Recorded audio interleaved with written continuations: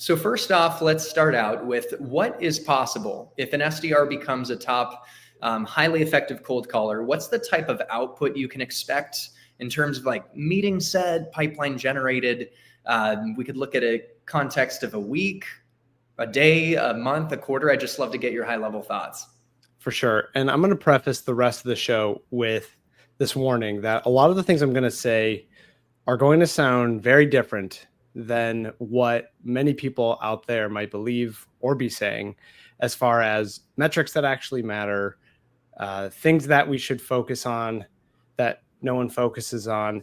Because what I'm going to share is going to come from experience of over 10 years of being in this business. Since 2015, where I got my start as an SDR, where I was responsible for generating outbound opportunities for a startup in New York called Smartling. I eventually went on to take over management leadership of that team. Then I moved on to a company called Security Scorecard, also New York. I joined early when they were just starting to get going, between about 6 and 7 million ARR. By the time I left 4.5 years later, they'd eclipsed 75 million a year. Being there during that kind of growth, where I actually experienced 10x growth, being responsible for seeing the SDR team and commercial sales teams growth from 5 to 40 on the SDR front and 0 to 16 on the commercial sales team's front, I realized the power of outbound in all of this. I then had a stint where I decided I was going to go start up my own startup. Don't do that. It's really hard. I don't advise it. And there's a reason why so many fail. Really busted my teeth doing that. And then for the last like 2.5, 3 years now, I've just been standing up SDR teams for clients, their own team for them, in under 3 months, where 2 cold callers produce like 8 to 10 in a typical system. We've got tons of numbers, testimonials, and stuff to back that. And in the long term, we're eventually, my business partner and I, we're going to be building out a private equity firm where we just operate businesses' sales function in order to then make them profitable, grow them, sell them. So this is all going to be stuff that I have used myself and I'm going to continue to use in the future. So everything I share is based on experience. Now, to answer your opening question, what is possible? What should be expected from a cold caller? I'll start with your income. Great cold callers can and should be making north of 100,000 a year, 6 figures. In fact, our clients, SDRs, typically land between 110 and 120,000 a year between their salary and commission. Now, there's only going to be so much you can do as an individual working at a company if the company's systems will limit you on your potential. We'll get into that a little bit later. But on the week-to-week or day-to-day basis, some of the North Star metrics we use is 150 dials a day, should roughly get you between 25 to 40 live conversations a day. Meetings don't matter. It's all about delivering the pitch to a prospect and knowing when and how to follow up. Now, of course, as a result of the system, meetings will happen.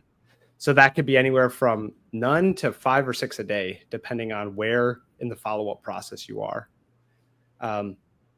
The first, I guess, like somewhat controversial thing is that statement, like meetings don't matter. And I'll back that with one final thought here, Chris, before you pull that apart, because a lot of people might tune out right there. Sales, if you think about it, before Zoom made it really cheap and easy to meet with prospects, was never something that was done over a scheduled meeting. It was something done over a series of phone calls. And when it made sense, you flew out in person and had to justify the expense of going to a client. Somehow, ever since it became really cheap and easy to meet with prospects, that definition changed and sales became a scheduled meeting. But you know as well as I do, any salesperson worth their weight is going to be able to call a prospect who they know showed some level of interest a few weeks ago, and on the call, run essentially what would be a discovery call, if they know they can reach the right person who has the right challenges and possibly start a sales cycle from there. So meetings are great, but in our system, we focus on something called completions, which is, did the prospect hear your pitch and then give you a reasonable response, whether or not they had interest or not now, not me, not interested. Mm-hmm. That's what we focus on, is landscape, like doing a big landscape view of the market. Where is everyone? Where are all these accounts as far as the ideal prospects? Where are they as far as like their buying cycle goes for your product? 90% of folks are going to be in the like not interested, don't think they're going to need it or will never be interested. And only about 10% are somewhere in the looking at your product right now and open to looking at it. So if we're simply trying to see where are you on your buying life cycle, and then we follow up, essentially you can capture your whole market with that approach based on their buying cycle, instead of trying to time the buying cycle, push people into things that aren't going to go well, and ultimately waste time on sales cycles that are never going to close. What you're sharing really resonates with what I believe in based on my own direct experience. Like when I was at Google Cloud and I landed OfferUp for a 10 million over 3 commitment, the first cold call that I ever made at Google Cloud was to Arian, the CTO. And I caught him live and he told me what I expected, which is we're all set on AWS. But I'd collected data on why AWS customers moved to GCP, and I matched it with some strategic business initiatives that I found in a press release. It was enough to challenge Arian's perspective and show like Chris means business. He actually has a good value hypothesis. It might make sense to look at our options, but I did not get the meeting. I earned the opportunity to follow up when the new CTO would be taking over for Arian because he was going to move to the board, and that was going to be in 3 months. I followed up saying, Arian suggested we connect, and then a really personalized email to Amish, the new CTO. I got the meeting. It pushed like a month or two later, and then 6+ months later, we got the massive deal. And so what you said resonates so much. And my approach is if I can gain information about where they're at in the buying cycle, what they're using today, and just earn the right to follow up, I believe the follow-ups fuel the finances. So already, man, you're blowing me away in this conversation with your insight and your different perspective. Is there anything more you'd add on the follow-up piece? Yeah, one of the most common questions we get from clients when we're just starting. So what I do as a quick background is we're essentially outbound. Our company's name is called Outbound Operators, and we are hired as an agency for clients to insource their own cold calling team, meaning it's their employees on our system. Of course, we don't do this until we've proven in a pilot where we cold call their prospects for them that our system will yield high volume conversations via cold calling. Once the numbers make sense, then we move forward. And what I mean by that is we will recruit their cold callers, we'll implement the same systems we use with the right data flow, data validation, dialer, all the systems hooked up with the right automations, definitions, dispositions, everything working seamlessly. We train the client on how to continuously use that as well. And then we train up those newly hired SDRs. And what we end up seeing with them is they have this common question about 1 week into the role, because we get them on the phone by day 3. And my client who we just kicked off last week, both of the SDRs that we hired, we only hire 2 at a time because the volume is so large, the efficiency is so great that usually most companies run out of accounts in their addressable market to support 3. So we only start with 2. Already both of them set a meeting in their first week of dialing, by their third day of dialing. Not to mention, they've combined already had over 80 conversations with their market in 3 days. That's just getting started. So the moneymaker question is, what do we do on follow-up? That's the number one thing everyone wants to know. We have a saying where there's fat stacks in the circle backs. And we have some data behind this too. Any follow-up call tends to have a 1.5 to 3 times higher probability of ending in a set appointment, which is something that we call an activation. They were interested enough to ask for time. And an activation can also be they asked for information, they had intent, intrigue, or interest. So it's some sort of positive signal, like what you had shared with your example over at Google. If you had some sort of positive signal that there was interest in what you were saying, you know that as long as you continue to follow up, you have what to follow up with that will resonate with your prospect. So when it aligns with their buying cycle, now you're positioned as the front runner, possibly the only one out of your competitors actually already talking with them and ahead of the curve. But still, the question is, what do I do on the follow-up call? When I've already spoken with them in the past, I had maybe a 1.5 minute interaction, and all they said was like, no, we're all set. Like, we're using, in your case, like, we're all set. We're using AWS. Thanks so much. The answer is you use whatever information you had to continue to move downfield. Like a football analogy would be if every quarterback tried to throw a touchdown on every play, football would get really boring because there's really going to be a lot of plays with no outcomes that look good. That's essentially what cold callers today are trying to do, where they're trying to set a meeting on every call and there's nothing in between. But if you go for first downs instead and you're trying to move the chains, you're marching downfield, you'll get closer and closer to the red zone. Once you're there operating, your competitor's still all the way back at the 20. Now you're closer to the end zone, ready to move forward when timing is right. So the follow-up call is done with some sort of like, hey, I don't know if you remember this or not, but we spoke a few weeks ago. You mentioned like there's going to be no change off AWS for a few months to come. I don't know if you remember me. My name's Ronen. Working with Google Cloud here. Really quick question for you that I wanted to ask. You know, when it comes to your end of month bill from AWS, have you ever been caught off guard? And now I'm going right into my probe and provoking question. Further, my knowledge. I love how you put that. Have you ever been caught off guard? That's just smooth. I love that And phrase. the question could be, you know, have you ever been caught off guard with an unexpected bill that was like 10 times higher than what you thought because of surge fees or something else that you know is your competitive differentiator in that case? I've never worked for Google or Amazon. I'm just making this is great though, and the principles is what matters that anyone can take to apply to their own context. Absolutely. So there's fat stacks and the circle backs, follow-up, follow-up, follow-up. And you need a system that prioritizes the follow-up. And this is what we call buckets. So my business partner, Ryan Reisert, wrote a book called Outbound Sales, No Fluff. And he describes this in chapter 6. And feel free to reach out to me if you want a free copy of it. Happy to give it out. Yeah, and we'll link it in the description of this video too. And I encourage the audience to check that out. And hopefully at some point in the next 6 to 12 months, we'll have an updated version of it, as it's already a bit older, but there's so much wisdom in the book. He has a whole chapter dedicated to what he calls buckets. Buckets are, what is your follow-up status for this prospect? There's really only a few of them. The priority status is where you start your day. It's the most important prospects.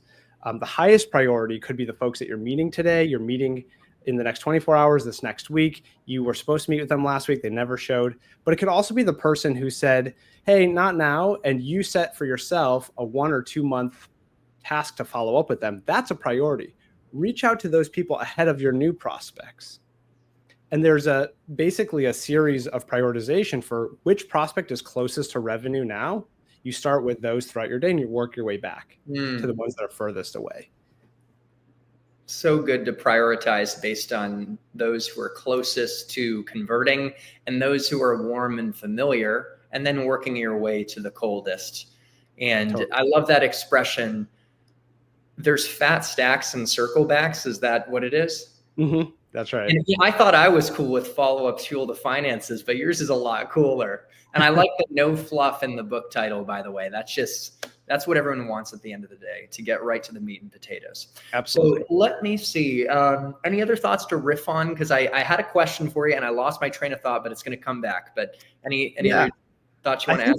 The big thing that a lot of people want to know as soon as I start sharing some of the numbers is, Ronan, you just mentioned something crazy. You said your average cold caller is having 25 to 40 conversations a day. My team of 10 is lucky if they have that in a week. How are you doing that daily? And this is where I have to share a little bit more about, if I pull back the curtain, what's happening behind the scenes in the system. And it's really simple. When you look at what either SDRs or AEs, depending on what the function is of who's calling, but when you look at the person who's making the call, how much are they being paid, salary, commission, whatever, but what is their total all-in cost from the company's perspective to be making calls? Usually you can come up with a number. That is a cost per dial. And if you start to look at this question with the cost per dial lens, it shows a huge problem that most companies are sleeping on. And as a result, it's burning their cash flow and crushing their ROI for any outbound initiative that has to do with cold calling. What ends up happening is you're paying a really high premium. Typically, it's $5 to $6 per dial in order for somebody like an SDR, an account executive, a salesperson, to basically call numbers of people who never answer. If there was a service, and there is, that could outsource that for me at a fraction of the cost, and I had those verified phone answerers or phone ready lead in my list for calling, well, then I'm increasing my odds of just having a bunch of conversations. And that's essentially the secret sauce of what we implement for our clients at the core of all of this. We have a team that is dialing people who answer the phone because they've answered the phone before. We specifically, so Ryan, my co-founder, he built and sold a company called Phone Ready Leads. Now it's called Titan X. We partner with them to deploy this as part of our overall strategy. But what that ends up doing is you'll see any given list has a connect rate, meaning if I call the list from start to finish, anywhere between like 1% and 2% and up to like sometimes 9 or 10% in some industries for dial to connect to the prospect. But again, if I'm having my internal person do that at their very expensive cost, as opposed to outsourcing it for pennies on the dollar, I'm basically paying my team to figure out who answers the phone. Bringing in outsourced people to do that for me, I can pay my team to get back to what they're good at doing. It's having conversations with the market and figuring out who needs to be followed up with in the future. So it's funny, that was what I was going to ask you about. And it's like you read my mind. Like, how do you produce that level of results in such a short period of time? And so you outsource the process of validating accurate phone numbers so you get a higher connect rate. Another thing that jumped at me is you're having your SDRs make 150 calls a day. And I've heard of 100 calls a day. I've also seen people that are like SDRs that are making, I'm making 20 calls a day, 40 calls a day. I see different companies and they have different metrics in terms of how many activity metrics and even like how the SDRs are paid on meetings and pipeline and things like that, which maybe we'll get into that later. But how do you get to the 150 dials? Sure. It's a lot easier when you don't have to build a list as an SDR or an AE.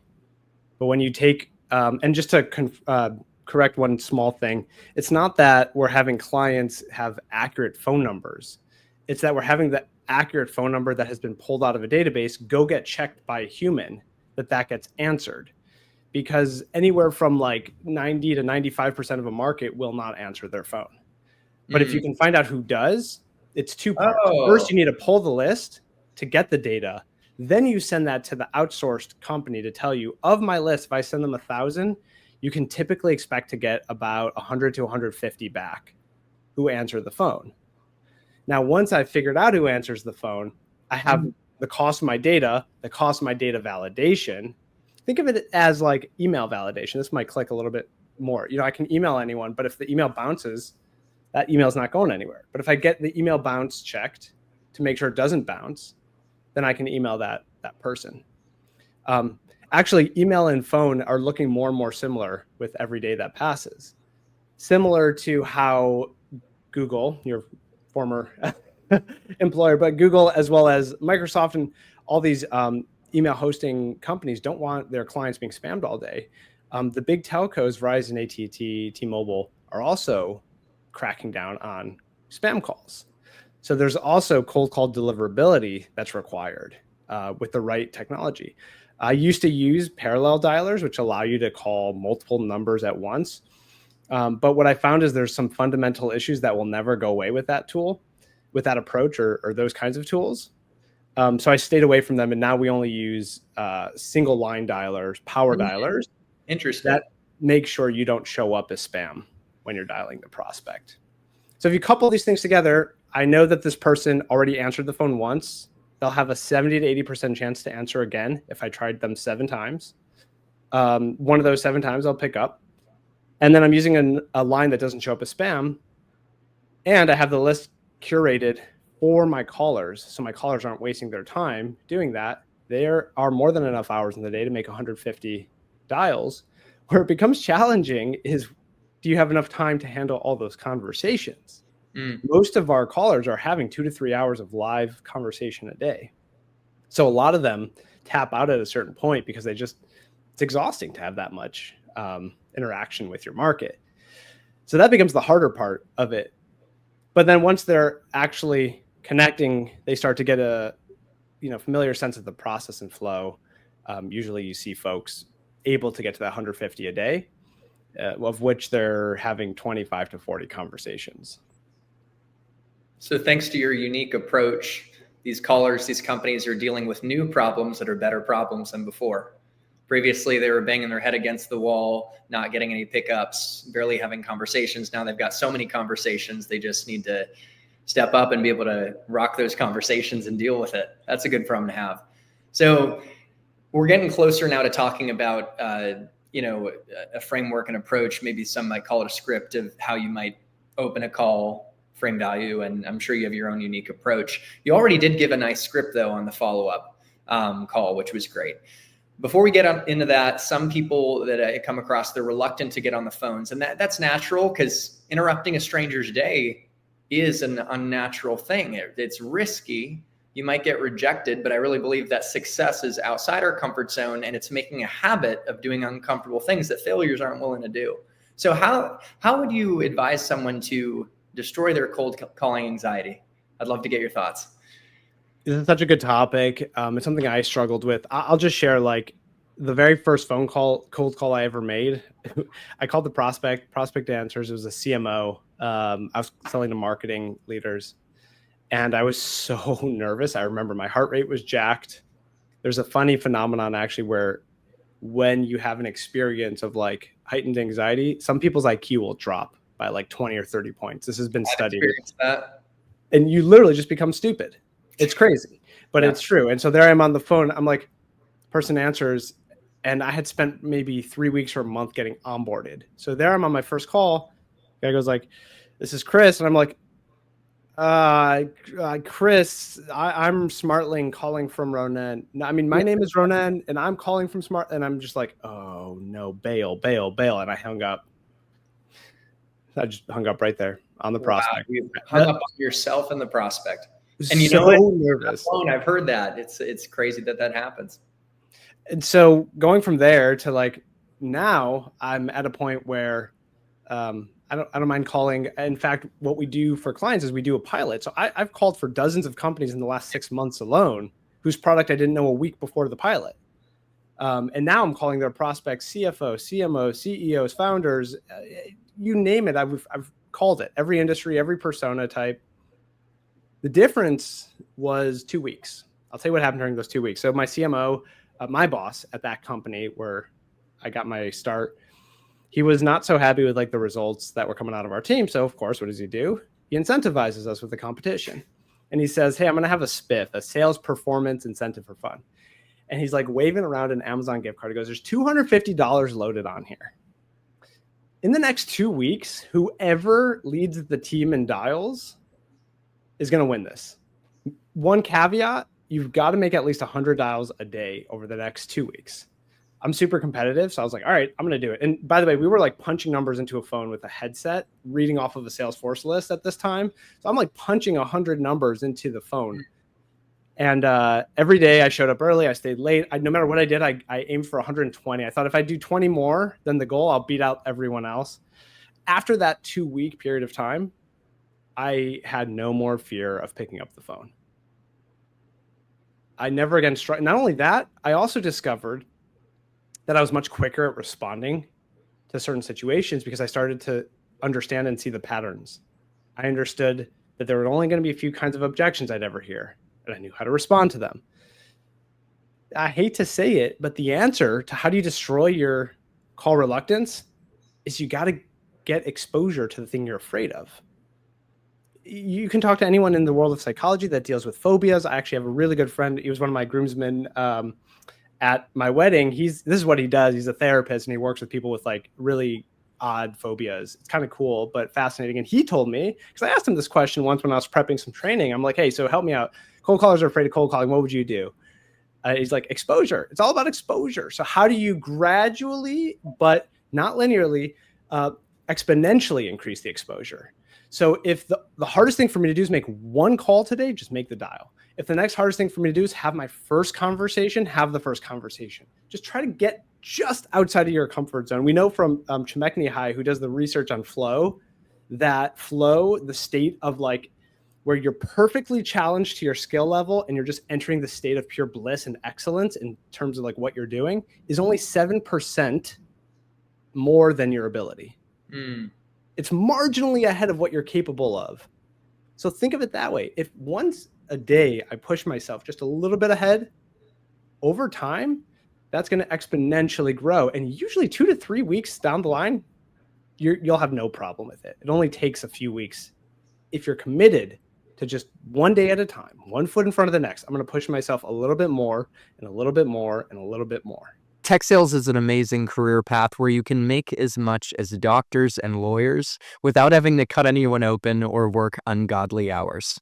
Looking back 10 years later, having personally started out in tech sales at Oracle, then moved to Google Cloud and a startup, and now fully launching into entrepreneurship, I can say with confidence that tech sales transformed my life through the income that it produced, the skill development, the connections, and the self-development that I unlocked along the journey. If you're someone who wants to strategically build your own six-figure tech sales career without wasting valuable time and earnings potential, then consider Tech Sales Accelerator and our 12-week programs as your blueprint. Our partners are breaking in and crushing quota at top companies like Oracle, Google Cloud, VMware, and Salesforce, leveraging our in-depth video content, one-on-one coaching, community, and network access. And we'd love to partner with you too to accelerate your own success on this path. If you'd like to learn more about Tech Sales Accelerator and our programs, then feel welcome to book time at my Calendly link, linked in the description of this video, and we'll walk you through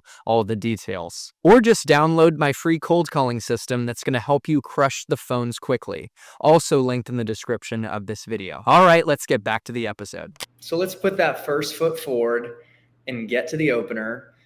Someone's ready to face their fears. They're making their first cold call. Ronen, whatever service you're selling, you're making calls as a part of these pilots. So I'm sure you have a couple companies that could come to mind, or your own services. Pick what you may. I'd love to hear. I pick up the phone. I say, "Hello. How would you open the conversation?" Yeah, sure. I could do one of my current clients right now. They sell procurement software to VPs of finance or procurement leaders. So my very first opener, you go, "Hello. Hey, Chris." Yes. "Hey, Chris, this is Ronen Pesar. You actually weren't expecting my call. It's the first time I've tried reaching you. I was hoping you might be able to help me out for a brief moment." How can I help you? "Hey, thanks, Chris. Appreciate it. Again, this is Ronen calling with Precoro. Does that sound familiar at all?" I haven't heard of Precoro. "Yeah, no worries. That's actually why I was calling you. Look, I wanted to see if it made sense for us to set up an introductory call at another time in the future when I'm not calling you out of the blue on a Monday afternoon here. Just want to make sure this is even for you, though. I saw you were the VP of Finance over at Acme Corporation. Do I have that right still?" Yeah, I actually got promoted to CFO. "Congrats. Oh, that's exciting. Well, look, I want to make sure this is even for you. Do you know how upsetting it is as the CFO when you find out at your month's end close that your team is over budget again? Basically, with Precora, what we're doing is we're able to give you real-time visibility day in and day out so that you don't get caught off guard again 30 days after the fact, but you're seeing in real time what's going on. I don't want to assume that this is even for you or you have any need for this today. But have you ever considered any procure to pay technology like that?" We currently have a solution in place. "A solution in place?" Yeah, it's XYZ solution. Yeah, so it sounds like that would be an ERP, which is commonly what we would integrate with in order to make sure that the data is flowing correctly. Look, again, I don't know if this is for you or not, but the reason for my call was to see if it would make sense at another time for us to chat a little bit further to see if we might be able to help you get ahead of being over budget month in and month out. Would it be a total waste of our time if we found 30 minutes sometime next week where we might be able to share a little bit more of how we've helped companies just like yours to be able to get on their expenses so that they can stay in budget? I mean, I'm open to learning a little bit more. Sure. We also don't have to set up the time. If it's easier for you, I can just send you over some information or something. Up to you. No pressure either way. I'll take a meeting, and we could bring in Pam from Z department or whatever. We'll bring in Pam. Great. And then I would go on to confirm the email, send it over, make sure that it got through. That's a high level breakdown of the scripting that I'm using. And I think the key to take away is that at the beginning, I'm trying to intentionally keep them in this state of uncertainty, trying to wonder, who is this? What is this about? Which is the natural 2 questions every prospect has the minute they answer the phone, but only to a point to get them to the pitch so that I have their full attention once I get to the pitch to then get a legitimate response to that so that I can find out where in the market they are in terms of their timing. So the early steps are setting up the call to be able to have a conversation. Confirming title is really important. About 10 to 15% of people who do answer the phone are the right name, wrong person. So it would be like literally Chris Bussing, but it's not you. It's a different Chris Bussing. Yeah. That happens a lot. Yep. And those people tend to be the most irate. The ones who yell at you are the ones who are like, I'm getting another one of these calls. And yet cold callers all the time take that personally. And then when I shift out of the opener into what I call the probe and the provoke, it's a series of questions about, do you have this current day pain? How are you getting ahead of this? Have you ever experienced this feeling that comes out of this challenge that can happen from this process? Usually that's where the conversation begins. Oh, well, we're using this team. You know what? I don't know if we're so interested. And then I want to go into a provocative question about the future. Like, have you ever considered this possible benefit if you were to have a solution in place? Is that even something you've considered in the past to see, have they ever looked into what I offer? And from there, you usually have a bit more of a deeper conversation. There's a lot to unpack here, and this was great. And I loved your tone, so I want to get into that. You had a really good laugh. Like, it was just sounded really real. I'm like, this is a guy I'd want to grab a beer with.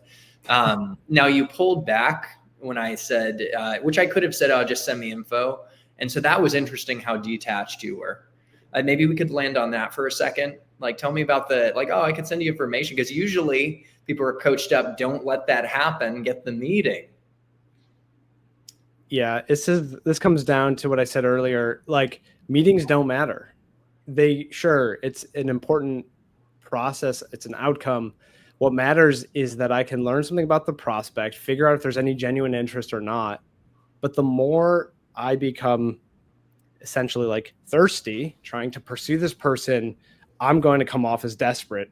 I'm going to have commission breath. I'm going to sound awful. I'm going to scare away the prospect. I'm going to turn them off. That's where a lot of prospects who get calls very frequently, these executives that we're calling, they're instantly familiar with that pattern, and they go into defensive mode of just, I want to get this person off the phone. But if you trust the system that I can call this person back at any point in the future, know exactly where we left it off, and continue to see if they're entering into a buying cycle or not for what I have to offer. And I know I have 40 more conversations today to go. No one call matters.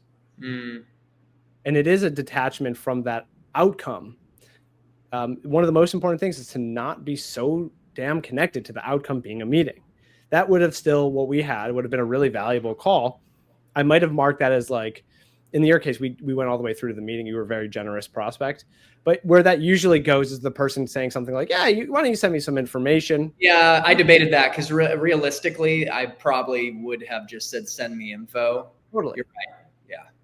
And at which point, now I can dig a little deeper. You've given me permission, and I'm going to try to turn you into an activated lead, someone who's not maybe ready for the meeting, but you have some level of intrigue or interest. I'm going to try to suss out what that is.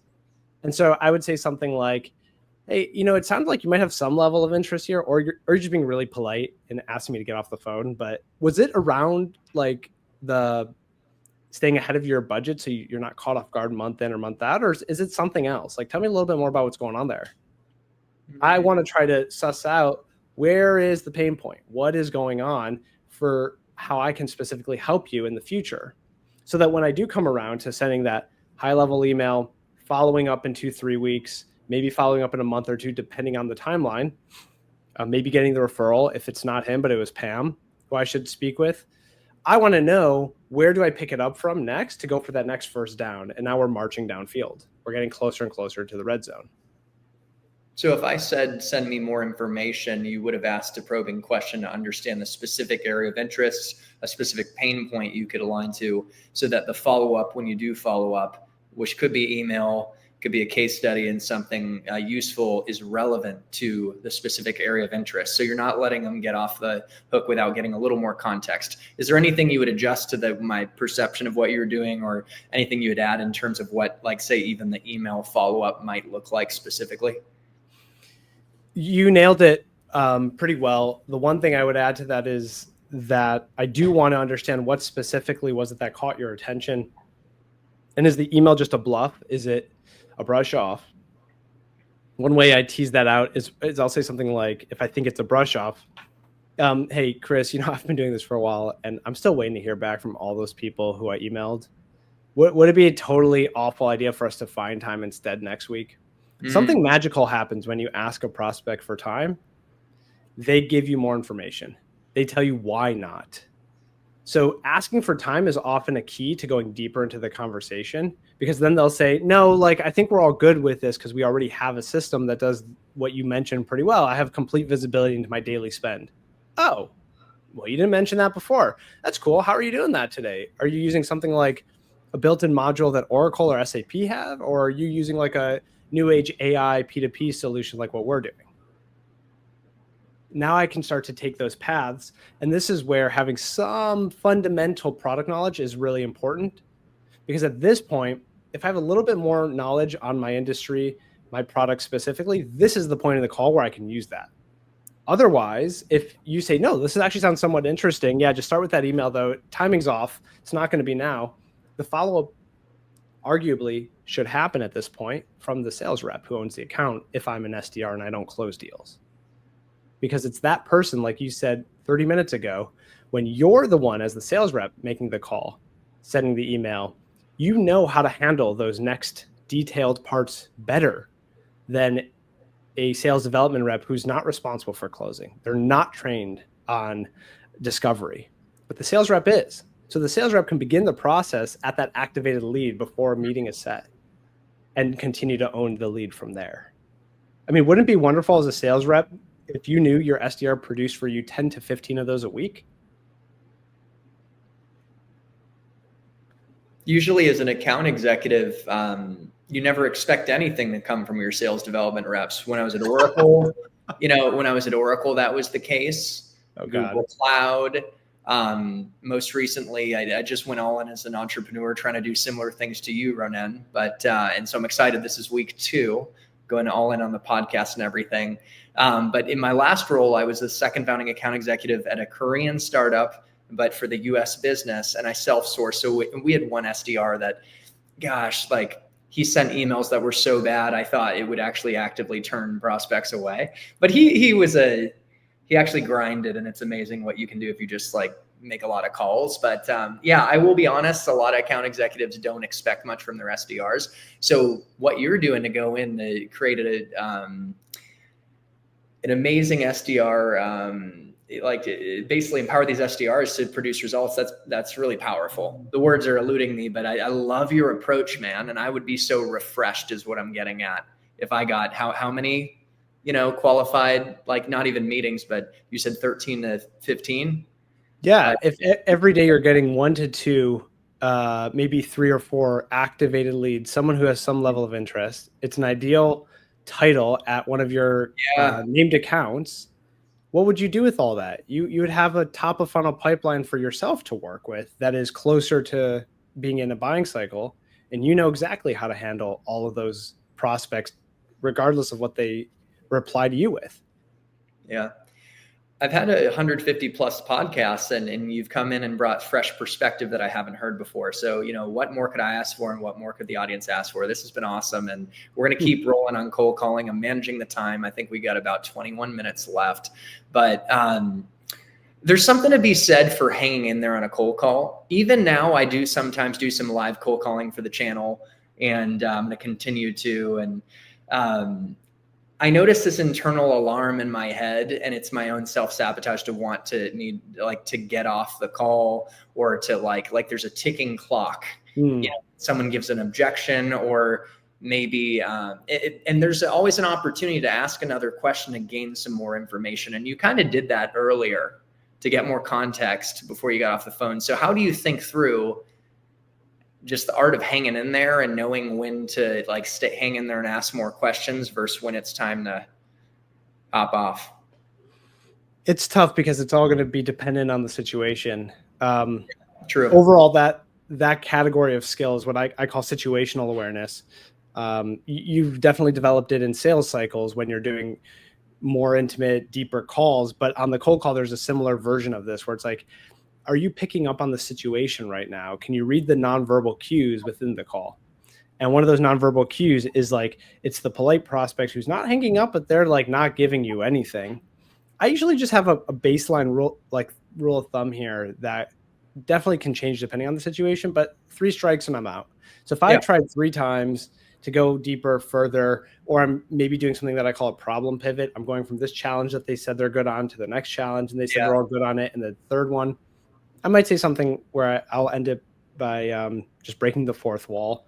Hey, it seems like I've just struck out here. I tried three different things and none of them really resonated with you. You know, if you were in my shoes, if you were cold calling, what am I not asking you that might actually be top of mind right now? Is there anything that would even be interesting for you? And sometimes you get a little something. We are having problems with this specific thing. Like maybe they volunteer a problem and you can't even help with it, but it's just showing you have a curiosity to serve. And what if you could help? You know, like who knows? But I love what you just framed right there. Yeah, and I like to call that breaking the fourth wall because it's a little bit of like you drop your role as the cold caller and you just talk to them person to person. Like, if you were in my shoes, is there something you would be asking yourself that might be top of mind? And like you said, it could have nothing to do with what my product or solution offers, and that's fine. That's normal. It's weird for me to assume that my problem and product is always top of mind for all of my prospects all the time. Yeah, it's not. It's only going to be relevant like 3 to 10% of the time at most across the market. It's like pulling a Deadpool in his movies. Does he break the fourth wall? Is that what it is, or is that different? Yeah, that's Deadpool. He does that a lot. Yeah, generally your inner Deadpool. But here's the thing, man. I've been in tech sales for 10 years, which I'm not the most seasoned, but I have built a pretty good strategic network. So I have an ecosystem of partners and PR and talent sourcing and nearshore engineering and all this stuff. And so for me as an AE that self-sources too, because I think there's account executives listening to this that are going to use your principles, and I certainly will steal them myself. I might be able to actually bring to bear a partner that I could solve a specific problem way beyond the context of my specific solution. And imagine if I could broker that introduction and solve the problem. That just earns trust, man. Bingo. I can just go back. So that's another thing too. It's just, there's power in understanding, broader challenges. And, being at Oracle and Google Cloud, I was always selling platforms where there's hundreds of tools and you can solve problems across industries, across business units. And so there is something to be said for when you're cold calling for something like that versus something like Ramp and it's top of mind because I just had an SDR from Ramp on the pod. It's very specific for expense management. Is there anything, while we're on the topic, I bet you'd have great perspective on the difference between cold calling for something where there's a lot of breadth to what you do, very consultative, versus a narrow solution for a specific couple pain points for a specific line of business? I'm not sure I understand what you're asking. Are you saying like, hey, when your product can be a little bit more broad versus very specific, how do you handle those two? Yeah, good clarifying question. That's a broad question, by the way, right? Because there's nuances to there's just context to everything in sales. But yes, let's say you sell a complex solution like a cloud platform, Google Cloud, which you could sell data analytics, cybersecurity, you know what I'm saying? Building applications faster. There's a lot of problems you solve, and there's a lot of breadth versus like expense management when you're selling Ramp, and obviously there's specific pain points. So this is there's no right or wrong answer, man. So it's like more of a broad question of like some of the differences in approach when selling a broad solution versus a narrow solution. I think that they each have, first of all, their benefits and downsides, like the pros and cons, as how it impacts outbound strategy or how I would think about the strategy. Ultimately, the goal of outbound is to be able to use your targeting to really get your list right. the right prospect, the right accounts. Sometimes if you work for a large company, that you're kind of forced into a small set of sub accounts. And then it's really about getting the prospects or the departments right. And what I mean by that is your outcomes are going to be directly correlated with the strength of your initial list, which is also why if you go back 20 minutes ago, that's why I also said like the SDR should not be building the list. It's a very strategic decision. Now, for companies like a Ramp that have a really large potential addressable market, they're going to have a good, better, best. And for them, the strategy, as it would be for like any other kind of usually tech startups tend to have one or two major things that they do. Who are going to be the accounts in the best? Who are the prospects in those accounts that are the best? And we start with that. So the list is the strategy. The strength of that list will directly correlate to the success of the win rate, the annual contract value of those that come all the way through the sales cycle. As far as like the difference in big picture strategy, everything within sales has to start with a meaningful conversation, a meaningful interaction. How can I produce more meaningful interactions that move things forward? That could be with a multi-thread approach. If I've got like one account, but there's 300,000 people that work at that account and I can sell to 50,000 of them. Like, all right, maybe I'm just going to start to sub-segment that one account and the different people there. But now I have to get a lot more strategic in my ways of being able to reach them. If I'm not going to be able to reach a huge chunk of them via the phone, that's where I have other opportunities. Like mailers are an awesome way to get people's attention. I heard someone say recently, like, you're lucky if your email gets opened at 20% rate, but UPS mailers are open at 100%.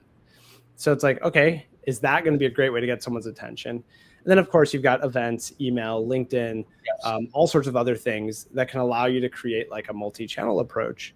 Ultimately, though, when it comes for dollar, like what tends to be the most efficient channel, it is cold calling, to the point where even targeted ads rival with the CAC for a cold call driven opportunity versus one that might be marketing generated. There are some really, I'll just add, there's like some really cool approaches I've seen recently where you can combine things like targeted ads and account-based marketing in addition to other outbound tactics to really circle the account. You can also do that just by calling and circling the account from the phone. So that's how I would think about like the big strategic ones. And with the more like the Ramp types where like they tend to have one or two major problems that they solve, that's going to be a matter of efficiency of just getting after the large addressable market. What a great answer. Very thorough and thoughtful and strategic.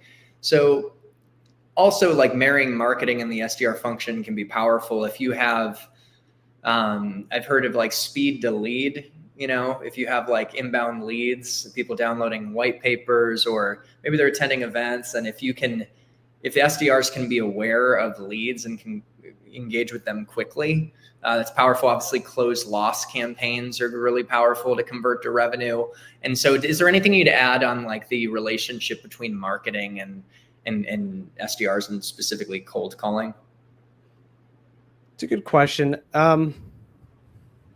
I like to think of generally like the SDR function as the connective tissue between marketing's responsibility to create brand awareness, to have large nurture-based campaigns to the market, to do things like being omnipresent, being everywhere for your prospect, versus sales, which is to qualify and close good fit like prospects into customers.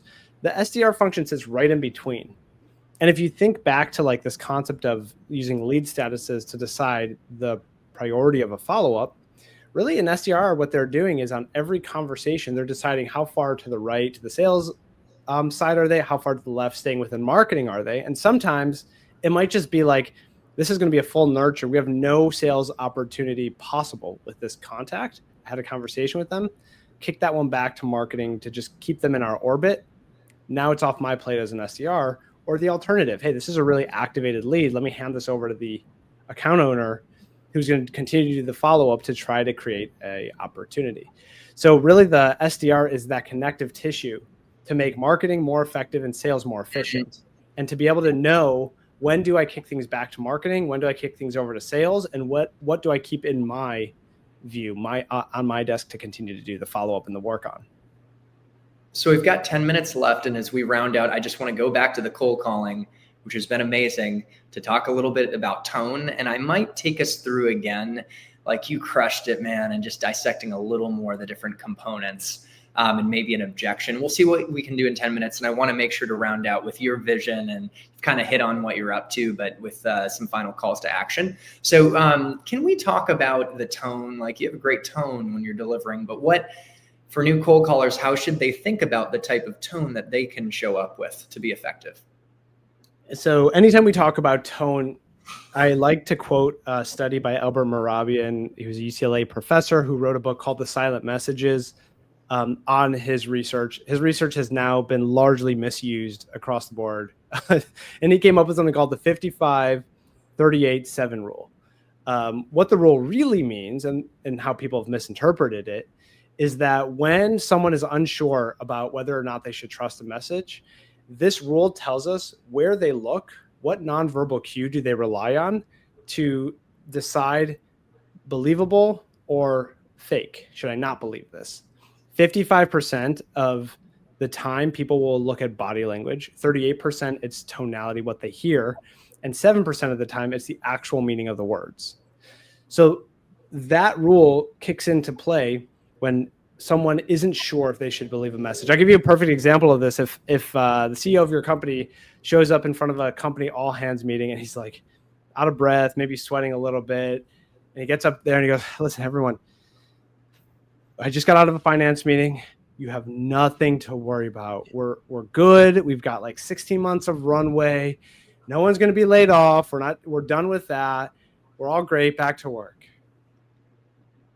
It's like, no one's going to believe that guy, because the nonverbal cues tell me a different story than what the words tell me.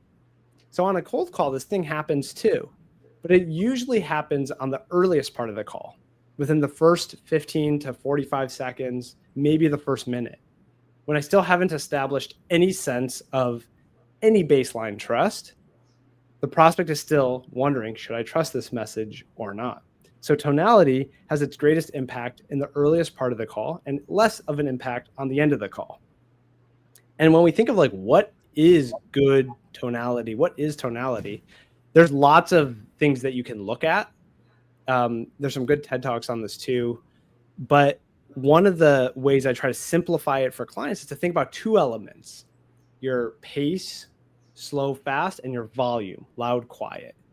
You can pull those things like levers. You can basically control the nonverbal piece of it. And with the goal being, it should be aligned with how I want them to perceive me, trustworthy. So what's going to create some level of, this sounds like it should sound, versus that does not sound like someone I should trust. Classic example of this, where it is misaligned and causes an alarm bell to go off and the prospect's going to brush you off, is going to be when the pace is too fast and the volume is too high. And it might sound like, hey, Chris, this is Ronen Passar here calling you with Acme Corporation. And look, the reason for my call was to see if it made sense to set up a time. Are you free for a chat? I like the chat at the end. Yeah, no, it just, if anything too, it's like, get your, what together, it puts up alarm bells. And it's not someone like when you're making a key business decision, you want to have someone you can be confident in, to make that is one of the three good tones that I define: confidence or somewhat of a professional tone. But there's also two others that are pretty good that you could use, which are warmth or friendliness, and then humor. Humor is very advanced. Don't start there if you're new. And people have different senses of humor too. So it all is very, very context dependent on the person you're speaking with. But the three good tones are typically warm and friendly, the professional, confident, and the funny or the humorous. There's also, as you might have heard when we did the role play, this like indifference that I have as the caller. That indifference is actually really important. There's another piece when you're asking a question to sound uncertain when you ask the question, but not uncertain when you're talking about what you do. I want to be somewhat on the borderline of like, I'm not sure if this is for you. That's actually a power statement before anything. If you say something like that, I'm not sure if this is for you or not. That's one of those things that'll have the prospect leaning in because it doesn't feel pushy. And now they want to know, what is it? And there's a bunch of lines like that I like to weave into what I'm doing. That was actually the reason for my call. I don't know if this is for you or not. That's a good 1-2 punch as well. But anytime I'm asking the question, I should have some element of I'm not sure. Not like over the top, like I really don't know, but rather I'm really not too sure if this is for you or not. Yeah, that's so good, man. I noticed you reinforced it a few times in our role play call. I'm not sure if this is for you or not. Yeah, sometimes like, I've researched your business, but I can't say I fully understand it without having a deeper conversation with you. So I'm not sure if this is for you or not. And so can we, I love the indifferent tone. You have playful, and not that you use that exact language, but confident, professional. Can you walk through the intro one more time because we're almost out of time, but let's one more time with the nice tone, do the opener. Sure. So if I call you, ring, ring. Hello. Hey, Chris. Yeah. Hey, Chris, this is Ronen Passar. You weren't expecting my call. It's actually first time I've tried to reach you. I was hoping you might be able to help me out for a brief moment. What do you need? Thanks, Chris. Appreciate it, man. Again, this is Ronen, and I'm calling with Acme Corporation. Does that sound familiar at all? I've heard of Acme. Oh, great. Where have you heard of us from? I actually used to work with Acme at a past company. Okay, well, that was the reason for my call. And then we continue on from there. Hey, so honestly, there's so much nuance to this intro, and again, we're running out of time, but you always confirm, like, is this Chris? Like, what's the purpose of that? You want to make sure you have the right person. You might have said that earlier. That wasn't even me confirming the title. That was just me trying to make sure I have your attention when I start. The two things that happen the most that lead to early call failure in the first like 10 seconds are the person doesn't actually hear you, which is not in your control.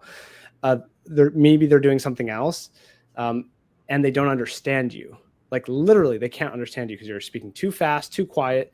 It almost all has to do with your actual delivery, articulation. Am I speaking clearly, slowly enough, loud enough? Am I enunciating my words? One of the things that I do, if you might notice in the actual opener line, some people answer the phone, hey, this is Ronen. And then I just go right into it. Hey, Ronen, this is Chris over here.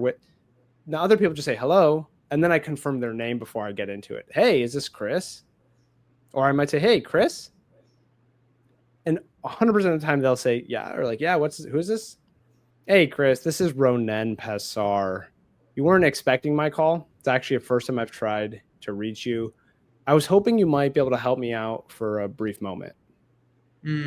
It's a bit of a permission-based opener, but I'm not asking for permission to continue the call as a cold caller. I'm asking, can you help me out? Most people want to be helpful, subconsciously at least. And they're still wondering, what's this call about? There's a lot of curiosity. Mm-hmm. So what you might notice is it's a little bit more slowed down, enunciating the words. I fully emphasize my name, as well as following that up with, you weren't expecting this call. It's the first time I've tried reaching you. Or if it's a callback, I might say, yeah, you weren't expecting this call. I've spoken with you once or twice in the past. I was hoping you could help me out for a brief moment. You're trying to create some initial curiosity, but keeping it really cool, calm, and collected so that my tone doesn't betray me. So that if I sound nervous, they're not going to trust the call. If I sound like I'm not trustworthy in any regard, that's probably going to be the end of it. And you know what? We're on time here, so I want to be mindful of your time. I'm sure you get a busy schedule. So I noticed the litmus test, I think, of have you even heard of us? You're gauging for familiarity. And anything else you would add on that? Otherwise, we'll tie a bow on it, man. There's more I could ask you about objections, but the reality is it's been such a power pack conversation. But anything else you'd add? The final thing is on this. Have you heard of us?